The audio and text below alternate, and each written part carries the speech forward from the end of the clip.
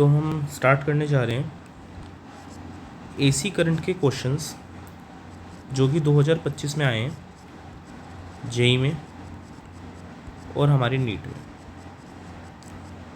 तो इस वीडियो में हम 2025 के क्वेश्चन कवर करेंगे, देन नेक्स्ट वीडियो में 2024 के, 2023 के।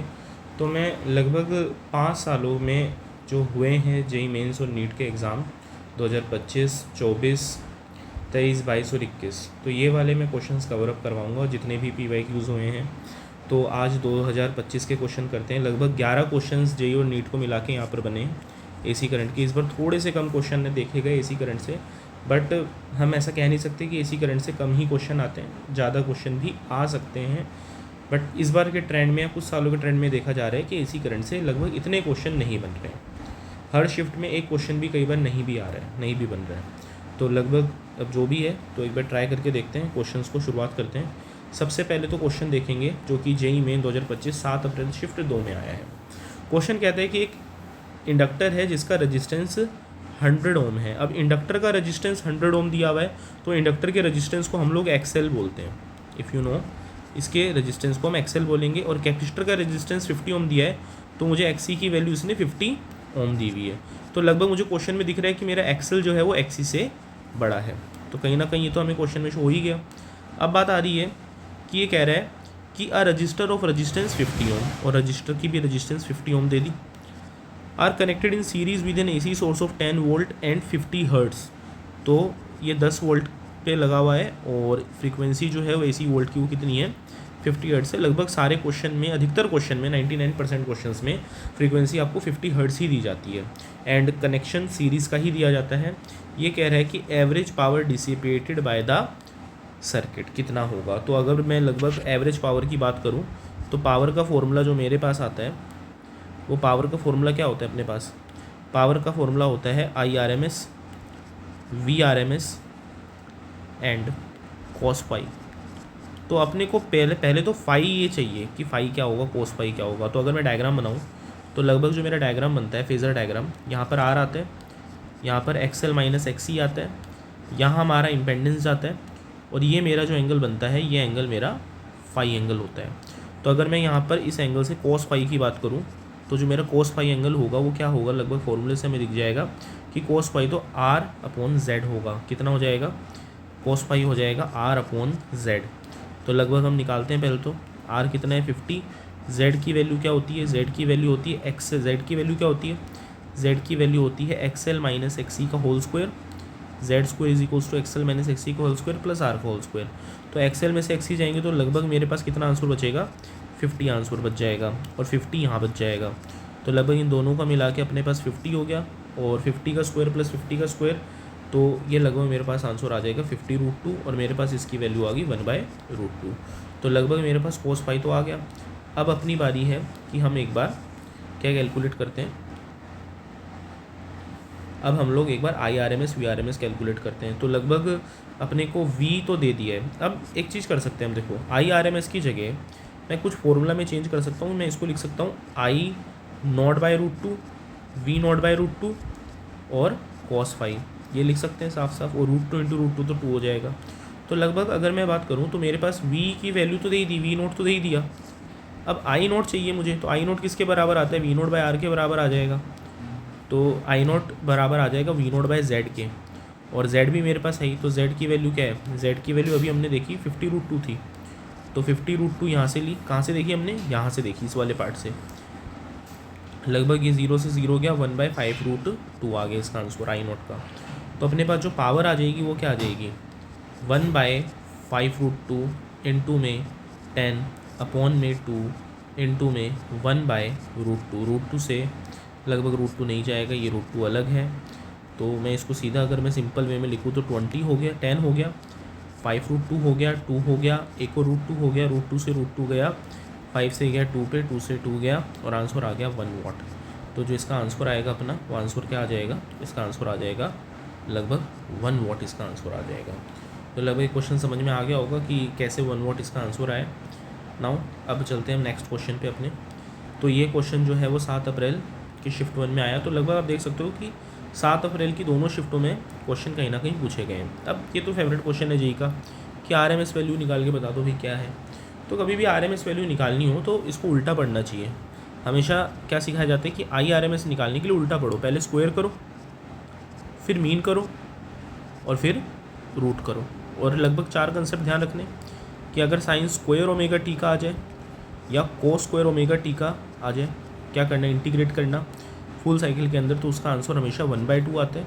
और अगर कभी भी साइन ओमेगा टी का आ जाए या कोस ओमेगा टी का आ जाए तो इसका आंसर हमेशा 0 बन जाता है। तो लगभग इन्हीं कंसेप्ट का यूज़ करते हुए सबसे पहले तो इधर की मैं साइड स्क्वायरिंग कर दूंगा। तो अगर मैं 5√2 + 10 cos 650 पाई टी प्लस π/6 का होल स्क्वायर करूँगा तो मेरे पास आंसर आ जाएगा ए का होल स्क्वायर कितना हो जाएगा, 5 का स्क्वायर ये हो जाएगा मेरे पास 50 + 100 cos स्क्वायर, और जो भी अंदर लिखा है उसको समथिंग x मान लेता हूँ मैं एक बार को, प्लस 2 × में 5 कितना हो जाएगा 10√2 × में 10 cos x मान लेते हैं। तो ये मेरे पास आ गया। पहले मैंने स्क्वायरिंग कर दी, देन मैं अगले स्टेप में इसका मीन कर दूंगा। तो 50 का मीन तो 50 रहेगा, और 100 cos स्क्वायर का मीन कितना हो जाएगा, 100 का 100, और cos स्क्वायर x का मीन हो जाएगा, और साथ ही साथ यहाँ पे 10√2 × 10 cos x का भी मीन हो जाएगा। अब अभी मैंने बताया कि इनका मीन तो होने पे 0 आ जाएगा, इसका मीन 50 रहेगा, इसका मीन आ जाएगा 100, 1/2, और ये भी आंसर 50 आ जाएगा। तो लगभग मेरे पास आंसर आ गया 100, पर इसका रूट करना पड़ेगा और आंसर मेरे पास आ जाएगा 10। तो पहले स्क्वायरिंग करी, देन मीन करा, तो पहले स्क्वायर करा, मीन करा, रूट करा, तो पढ़ोगे तो क्या बन गया, ये RMS बन गया, और इसका आंसर कितना आया है, 10 एम्पियर आया है। तो C option is the correct answer. Now next question, ये अच्छा क्वेश्चन है, इसको हम एक बार लास्ट में ट्राई करेंगे। अब लगभग बात आती है अपनी एक और क्वेश्चन की। अब वो क्वेश्चन क्या है कि ये कह रहा है कि इंडक्टर है जिसका सेल्फ इंडक्टेंस कितना है, 1 है, कितना है, तो सेल्फ इंडक्टेंस जो दिया हुआ है वो 1 हेनरी दिया हुआ है, और सीरीज़ में कनेक्ट करा गया है एक रजिस्टर के साथ जिसका रजिस्टेंस 100 पाई ओम दिया हुआ है, ठीक है बिल्कुल। और इसकी जो AC सप्लाई की जो वोल्टेज आ रही है मैक्सिमम वो 100 पाई जा रही है, और फ्रीक्वेंसी जा रही है 50 हर्ट्ज जा रही है, ठीक है। तो मैक्सिमम करंट इसमें से कितना फ्लो करेगा, बड़ा आसान क्वेश्चन है। सबसे पहले तो हम एक काम करेंगे, हम लोग यहाँ पर देखो मैक्सिमम करंट फ्लो अपने को निकालना है, तो I0 निकालना है। I0 की वैल्यू V0/Z आती है। अब यहाँ पे XC मिसिंग है, तो Z की वैल्यू क्या हो जाएगी, XL का स्क्वायर प्लस R का स्क्वायर। तो अपने को एक तो Z चाहिए, पर Z से पहले अपने को XL चाहिए। XL की वैल्यू होती है ω/L। अब ओमेगा की वैल्यू होती है 2πfL। तो लगभग मेरे पास यहाँ से क्वेश्चन में क्या बनेगा कि 2 है, पाई है, फ्रीक्वेंसी 50 है, और L की वैल्यू आपकी कितनी है, L की वैल्यू हमारी 1 है। तो लगभग इसका आंसर भी 100 पाई आ जाएगा, ठीक है। तो ये मेरा XL आ गया, और लगभग ये मेरा R के बराबर ही आ गया। तो जो मेरी Z की वैल्यू आएगी वो तो सेम ही होनी चाहिए, मतलब 100 पाई का होल स्क्वायर प्लस 100 पाई का होल स्क्वायर। तो ये मेरे पास आ गया 100 पाई इंटू में √2 इसका आंसर। तो Z की वैल्यू अगर मेरे पास आ चुकी है तो बड़ा आसान है I0 की वैल्यू निकालना। I0 की वैल्यू आ जाएगी 100 पाई अपॉन में 100 पाई अपॉन में 100 पाई √2। 100 पाई से 100 पाई गया, इसका आंसर आ जाएगा 1/√2। अब इसमें मैक्सिमम करंट लिखना था अपने को, वैल्यू इसकी 1/√2 हम कैसे लिखें, तो 1/√2 अगर तो आपको ध्यान हो तो लगभग हम 1/√2 को क्या लिखते हैं, 1/1.41। इसका आंसर लगभग 0.3 के समथिंग आता है, 0.3 के समथिंग आता है। तो लगभग मेरा आंसर यहाँ पे 0.3 आ जाएगा, ठीक है। यहाँ पे लग रहा है कुछ मिस्टेक है यहाँ पर। अगर क्वेश्चन को मैं दोबारा पढ़ूँ तो an AC supply of 100 pi volt, तो लगभग ये मेरे को मैक्सिमम सप्लाई नहीं बोल रहा है, तो ये मेरे पास VRMS वैल्यू गिवन होगी। तो ये VRMS है, तो जो मेरे पास निकलेगा वो मेरे पास IRMS निकलेगा, और यहाँ पे VRMS लगेगा। तो लगभग ये जो मेरे पास आंसर आया है I0/√2, ये मेरे पास IRMS आया है। तो मेरे पास I0 कितना आ जाएगा, I0 आ जाएगा IRMS इंटू में √2। तो आंसर आ जाएगा 1/√2 इंटू में √2, और मेरा आंसर आ जाएगा 1 एम्पियर, ठीक है। तो लगभग जो अपना आंसर आएगा वो कितना आ जाएगा, 1 एम्पियर अपना आंसर आ जाएगा, ठीक है। तो तो लगभग नेक्स्ट क्वेश्चन पे चलते हैं दोबारा से। अगेन मुझे कहीं ना कहीं सेम क्वेश्चन नज़र आ रहा है कि RMS वैल्यू निकालनी है और फ्रीक्वेंसी बतानी है और अपने को कुछ ना कुछ ये चीज़ दी हुई है। तो बड़ा आसान क्वेश्चन है ये, तो सिंपल अगर मैं इसको, ये तो बड़ा सिंपलेस्ट क्वेश्चन है, इसको मैं सिंपल अपनी बेसिक जो इक्वेशन उससे कंपेयर कर सकता हूँ।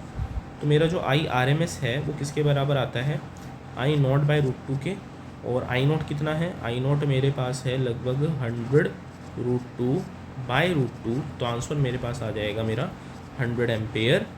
एंड अगर मैं इसको अंदर कंपेयर करूँ तो ओमेगा टी जो है वो मेरा 100 पाई टी के इक्वल है, तो टी से टी कट, ओमेगा को मैंने लिखा 2πf, 100 पाई से पाई कट, और फ्रीक्वेंसी मेरे पास आ जाएगी 50 हर्ट्ज़। तो लगभग 50 हर्ट्ज़ की फ्रीक्वेंसी आती है अपने पास।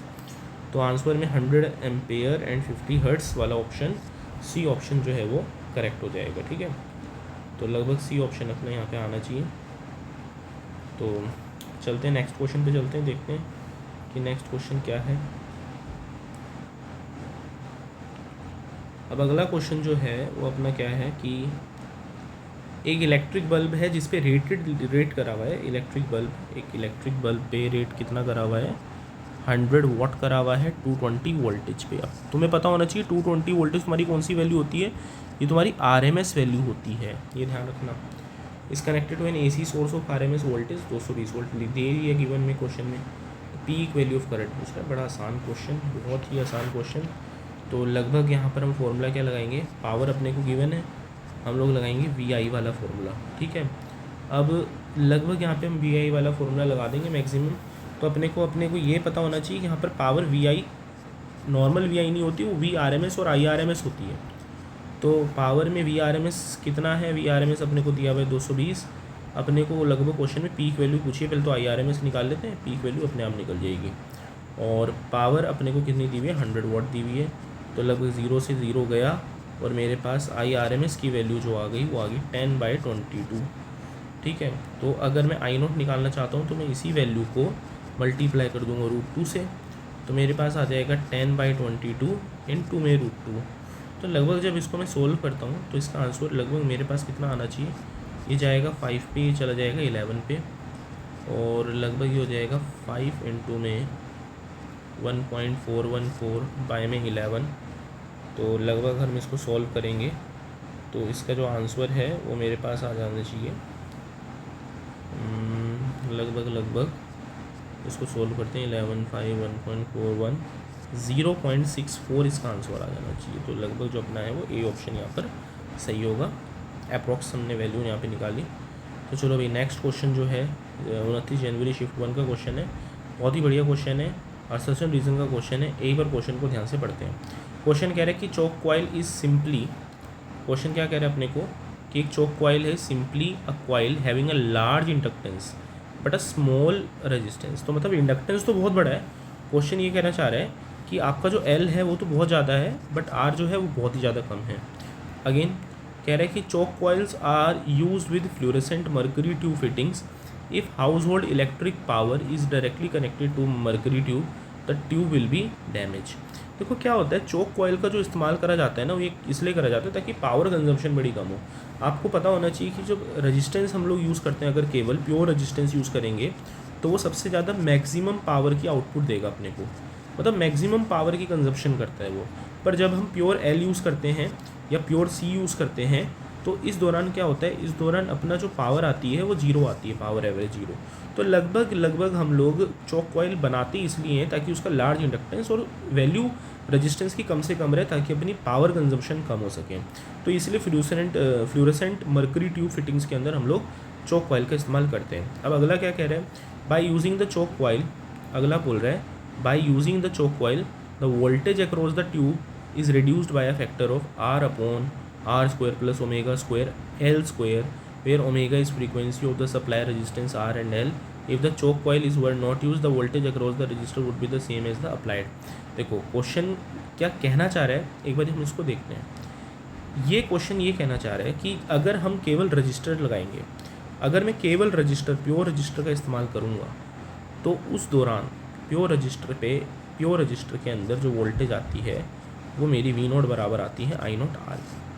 बट जब मैं R और L दोनों को ज्वाइन कर दूंगा तो इन दोनों को ज्वाइन करने के बाद मेरा इम्पेंडेंस आ जाता है, और इम्पेंडेंस की वैल्यू आप लोगों को पता है वो R square omega square L square होती है, ठीक है, आर स्क्वायर और एक्सएल का स्क्वायर होगी, तो लगभग आर स्क्वायर हो जाएगा, और एक्सएल की वैल्यू ओमेगा एल होती है तो ओमेगा स्क्वायर एल स्क्वायर हो जाएगी, तो लगभग कहने का मतलब तो यही है।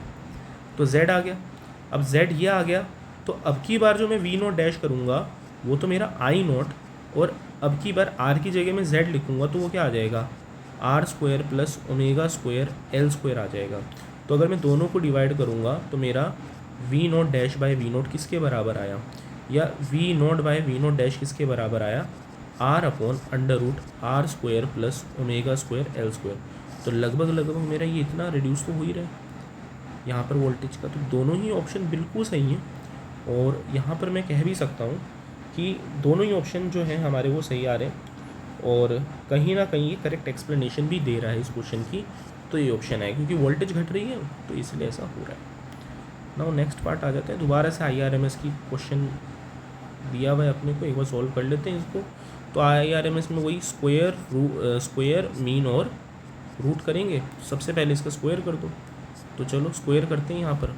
तो अगर मैं इस क्वांटिटी का स्क्वायर करूँगा तो ये तो a बन गया, ये हो गया मेरा b, इसका स्क्वायर हो जाएगा आई ए का square sine square omega t plus आई बी का square cos square omega t और plus 2IA i b sine omega t cos omega t, ठीक है। अब इसका मीन करो, जब हम मीन करेंगे तो इस वाले पार्ट का मीन देखो, तुम्हें पता है साइन स्क्वायर ओमेगा टी का मीन 1/2 आता है, और आई ए का स्क्वायर अपॉन 1/2 प्लस आई बी का स्क्वायर अपॉन 1/2, और ये तो पूरा ही पार्ट क्या बन जाएगा, 0 बन जाएगा। अब इसका रूट कर दो, अब रूट लगाऊंगा तो मेरे पास आ गया आई ए का square by 2 plus I B का स्क्वायर बाय 2, अगर 2 कॉमन लेके बाहर निकालूंगा तो ये 1/√2 बाहर जाएगा, और अंदर मेरे पास आई ए का स्क्वायर प्लस आई बी का स्क्वायर रह जाएगा। आगे बस समझ में, तो लगभग रूट बाहर निकाला तो नहीं है, तो रूट अगर बाहर नहीं निकाला तो लगभग बी ऑप्शन इसका करेक्ट आंसर होगा। तो लगभग हमने एक क्वेश्चन और कवर अप कर लिया, अब लगभग अपने 1 2 3 क्वेश्चन यहाँ पे रहते हैं। तो शुरुआत करते हैं पहले तो ये वाले क्वेश्चन से। एक LCR सर्किट है जहाँ पर आपके रेजिस्टेंस की वैल्यू कितनी दी हुई है, 300 ओम दी हुई है, कैपेसिटर की वैल्यू दी हुई है 25 नैनो फराड, इस एन का मतलब क्या होता है नैनो, और अपने एल की वैल्यू कितनी दी हुई है 100 मिली हेनरी दी हुई है, बहुत बढ़िया। R used maximum current in the circuit for maximum current. अब देखो क्वेश्चन में कह रहा है कि आपका करंट बड़ा मैक्सिमम है, अब मैक्सिमम करंट का केस आपको कहाँ ले जाता है, रेजोनेंस के अंदर, और रेजोनेंस के अंदर एक कंडीशन तो आपकी फुलफिल होती है कि आपका XL बराबर XC आता है, तो आपका ओमेगा L बराबर आता है 1/ωc के, तो आपका ओमेगा स्क्वायर बराबर आता है 1/LC के, तो आपका ओमेगा किसके बराबर आता है 1/√LC के। तो यहाँ से मेरी जो फ्रीक्वेंसी का फॉर्मूला आता है वो आ जाता है 2π√LC का, बस यही अपने को अब लगाना है फॉर्मूला। तो 1/2π√, अब L और C की वैल्यू को पुट करते हैं, तो 25 नैनो का मतलब 10 की पावर -9, 100 10 की पावर -3। अब मैं इसको अगर सोल्व करूँगा तो ये मेरे पास 1/2π हो जाएगा, 25 का रूट बाहर निकलेगा 5, 100 का रूट बाहर निकलेगा 10, और -9 -3 मतलब -12, और -12 का रूट बाहर निकलेगा तो -6 आ जाएगा। तो लगभग मेरे पास यहाँ पर आंसर हो गया 2 5 जा 10, 1/π तो है ही, 2 5 जा 10 हो गया, और 10 10 100 हो गया, मतलब 10 की पावर 2 10 की पावर -6, इन दोनों को सोल्व करूँगा 10 की पावर -4, ऊपर जाएगा तो क्या बन जाएगा 10 की पावर 4/π। अब लगभग ये मेरे से क्वेश्चन भी 10 की पावर 4 की टर्म्स में पूछ रहा है, तो लगभग यहाँ पे जो मेरा पार्ट आया वो कितना बचा, 1/π का बचा है। अब अगर आप लोगों को नहीं पता तो 1/π की वैल्यू को हम यहाँ पर पुट कर देंगे। कोई क्वेश्चन मिस तो नहीं हुआ, लगभग मिस कोई क्वेश्चन नहीं हुआ हमसे। तो 1/π की वैल्यू अपने पास लगभग आ जाएगी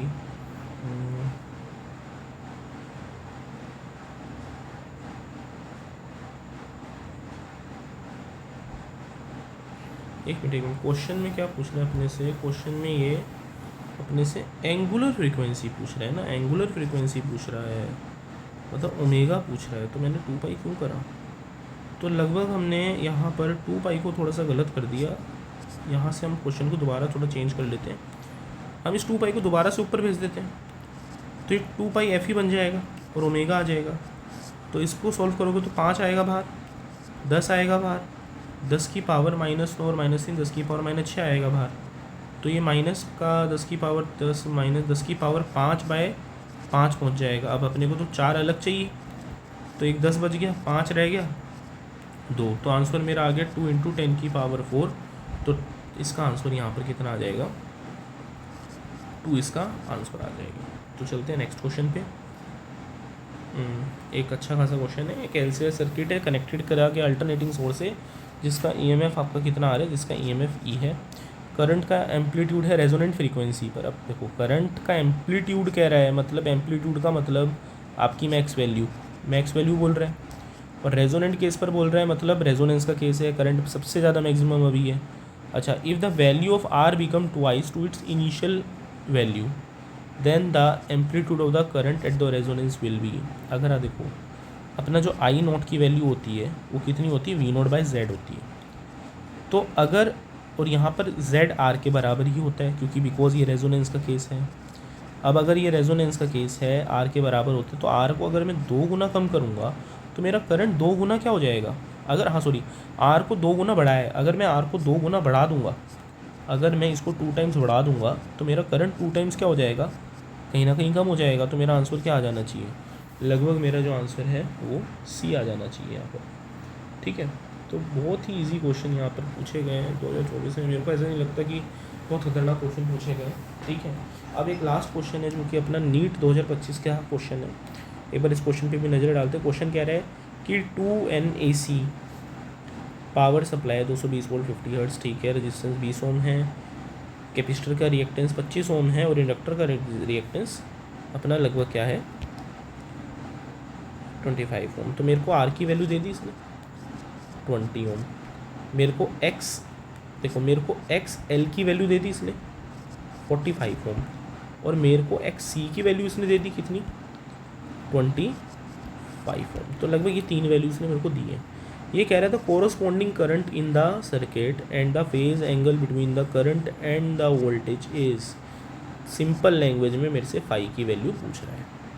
अब देखो फाई की वैल्यू तुम लोग tan फाई से भी निकाल सकते हो, कोस फाई से भी निकाल सकते हो, तुम्हारी मर्जी। तो सबसे पहले तो tan फाई से निकाल लेते हैं, काम करते हैं। तो अगर मैं tan फाई से इसकी वैल्यू देखूँ तो tan फाई से कहीं ना कहीं जो इसकी वैल्यू आनी चाहिए वो आनी चाहिए XL - XC बाय में R। तो ये मेरे पास आ जाएगा 45 - 25/20, और 45 में से 20 जाएंगे तो 20/20, आंसर आ गया 1। अब tan फाई 1 आया तो मतलब फाई की वैल्यू आ गई 45 डिग्री। लगभग क्वेश्चन में ये ऑप्शन और ये ऑप्शन तो हो गए कट। अब या तो ये है या ये है। अब डिपेंड करता है कि करंट की वैल्यू कितनी है, कोरस्पॉन्डिंग करंट कितना होगा सर्किट के अंदर। तो अपने को पावर सप्लाई 220 वोल्ट दी हुई। अब ये VRMS होती है, आप लोगों को पता होना चाहिए। VRMS अपने को दे दी कितनी 220 वोल्ट। ठीक है, लगभग क्वेश्चन को थोड़ा सा आगे बढ़ाया इन लोगों ने, और क्वेश्चन में थोड़ा सा जोड़ लगाएंगे Z के निकालने पर। तो Z मेरे पास आ जाएगा 45 - 25 का होल स्क्वायर प्लस 25 का होल स्क्वायर, लगभग मेरे पास ये हो जाएगा 20 का होल स्क्वायर। अच्छा, R की वैल्यू तो 20 थी ना, प्लस 20 का होल स्क्वायर। तो लगभग ऐसे क्वेश्चन का आंसर आ जाता है 20√2। तो Z ये आ गया। तो मेरा IRMS कितना आ जाएगा, मेरे पास IRMS आ जाएगा 220 बाय में 20√2, 0 से 0 गया, ये आंसर आ गया 11। तो 11√2, ठीक है। तो मेरा आई नॉट कितना आ जाएगा 11√2 इंटू में √2, तो लगभग मेरे पास आंसर 11 आ जाएगा। तो 11 तो है नहीं ऑप्शन में। लगभग मेरे से किस चीज़ की वैल्यू पूछ रहा है, the corresponding current in the circuit. अब ये नहीं है तो इसका मतलब यहाँ थोड़ी कन्फ्यूज़न करी जाती है क्वेश्चंस के अंदर कि कई बार अपने को पीक वर्ड ना लिख के, अब जैसे RMS में दिया हो तो RMS में इसने मेरे से पूछ लिया, तो 11 1/√2, तो लगभग इसकी वैल्यू मेरे से पूछ ली। ठीक है, तो अगर मैं इसकी वैल्यू देखूं तो 11/√2 की वैल्यू आ जानी चाहिए 1 मिनट 7.7 समथिंग आ जाएगा, 7.8, तो इसका आंसर B आ जाना चाहिए अपना। तो इसका आंसर कितना आ जाएगा आपका, इसका आंसर आपका B आ जाएगा। ठीक है, तो B ऑप्शन है इसका। नीट 2025 का क्वेश्चन था, बहुत ही बढ़िया क्वेश्चन। एक क्वेश्चन अपना रह गया, एक बार उसको भी ट्राई करते हैं।